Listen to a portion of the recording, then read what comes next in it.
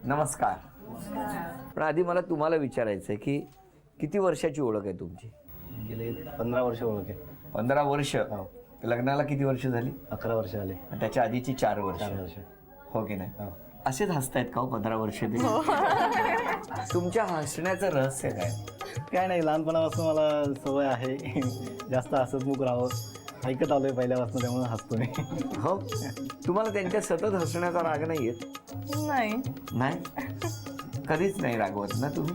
नाही, असं काही नाही. बरं, आता तुमची मैत्रीण कोण? बोलवा त्या.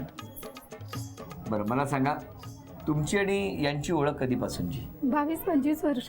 22-25 वर्ष. म्हणजे मी लग्नावून आले तर ती शाळेत जात होते. तुम्ही लग्न होऊन आलात तेव्हा ह्या शाळेत जात होत्या. मग तुम्ही राहायला कुठे?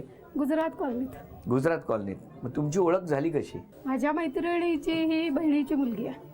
हा, मग तशी ओळख आहे, आम्ही एकत्र येणं जाणं. मला तुम्हाला विचारायचं की आज जर यांच्यावरती या घरातल्यांनी कुठले आरोप केले किंवा कुठली गोष्ट सांगितली आणि तुम्हाला जर यांचं वकील पत्र दिलं तर तुम्ही बाजू घ्याल त्यांची? हो यांचे मुद्दे खोडून काढाल? हो. मला बघायचंय या जिंकतात की हे सगळे मिळून जिंकतात.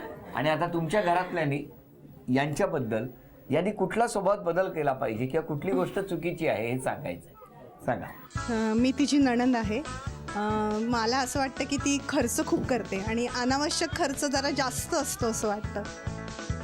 नाही, हल्ली तेवढा लागतोच. ऑफिसला जाणं हे करणं म्हणजे कपडा लागता पण लागतो म्हणजे सतत खर्च केला पाहिजे असं नाही. आपण थोडीशी करावाच लागतो. थोडी आपण बचत पण केली पाहिजे, कारण ती भवितव्यासाठी आवश्यक तुम्हाला कशी कळेल? नाही, ती कळणार नाही, पण ते दिसतं ना की अनावश्यक गोष्टी नाही आणाव्यात आपण, की त्यात पडून राहतात घरात. कधी कधी काही गोष्टी उघडल्या पण जात नाही, पण ते वस्तू असतात हे माहिती पण होत नाही आपल्या घरात ते आहे, पण नवीन नवीन गोष्टी आणल्या जातात. तर त्यासाठी थोडंसं लक्ष ठेवलं पाहिजे की गरज आहे का. सगळ्यात महत्वाची गोष्ट, तुम्ही कुठे राहता?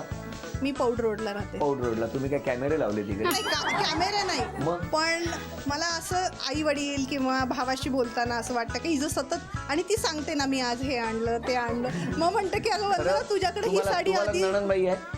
मला नाहीये. मला 4 धीरच आहेत आणि मी सगळ्यात छोटी आहे, तेव्हा भाग्यवान आहे ती नणंद. बरं, अजून कोण बोलणार? मी लहान नणंद तिची. आणि वंदना लग्नाच्या आधी खूप बारीक होती, म्हणजे आता तो विश्वास बसत नाही. तर असं वाटतं की तिने एक्सरसाइज जरा चालू करावा. आता थंडी पण सुरू झालेली आहे. एक मिनिट, काय म्हणणं आहे? रोजच्या धावपळीत तिला तेवढं जमणार नाही. कसं जमेल? नोकरी घर सगळं जमतच नाही. तरी प्रयत्न करेल, करणार नाही असं नाही. काय बाबा, बाजू घेत आहे ते? नाही, पण अजून कोण? अजून तिने सकाळचं जरा लवकर उठत जावं, कारण याची मुलाची सकाळची शाळा असते, घाई गडबड फार होते, एवढंच माझं सांगा. पण ती उठतेच ना, त्याशिवाय तो शाळेत पोहोचू शकत नाही टायमात. त्यामुळे ती तिचं सगळं मॅनेज करते. खूप गडबड होते ना, पण काय राहायला गेले की लवकर नाही उठायचं तर ती तिचं मॅनेज करू शकते. तेवढं ती उशिरा उठून त्याला टायमात पाठवते. त्याच्यामुळे फक्त शाळा पुढे आली. सासूबाई आणि 2 नंदा ज्या काही एकवटल्या आहेत, पण काळजी करू नका, मी पण आहे इकडे. हा, बर. अजून कोण? मी तिचे वडील आहे. हा. तर माझे असं म्हणणं आहे की त्यांनी डिसिप्लिन एक पाळावं, की टाईम डिसिप्लिन जे आहे ते त्यांच्या हातनं पाळलं जात नाही. म्हणजे फॅमिली त्यांची ते महत्त्वाचं आहे. ते जर पाळलं तर सगळं व्यवस्थित होईल असं मला वाटतं, कारण ते सगळं होतं तिथं लेट होण्यामुळं पुढचं सगळं लेट होतं. बरोबर आहे तुमचं, पण पाळते. आताचे तुमच्या वेळेचा काळ वेगळा होता, आताचा वेगळा. अरे बापरे. ते त्यांच्या हिशोबाने पाळतात. पाळते म्हणजे मी आत्ताचं उदाहरण देऊ शकतो की टायमिंग 10चं होतं तर किती वाजता पोहोचले याच्यावरनं होतं. आता कार्यक्रम या गमती, ह्या गप्पा अशाच सुरू राहणार आणि प्रत्येक जण आपापल्या परीने बोलत असणार. सगळ्यात शेवटचा प्रश्न आहे तो मिस्टरांसाठी आहे. तुमची तक्रार काय? हे जे आमच्या घरच्यांनी आता सांगितलं, आई वडील आणि बहिणींनी, सकाळी उठताना पण थोडासा लेट होतो. बरेच वेळा तुझे बस जाती, त्यामुळे तुम्ही उठताना?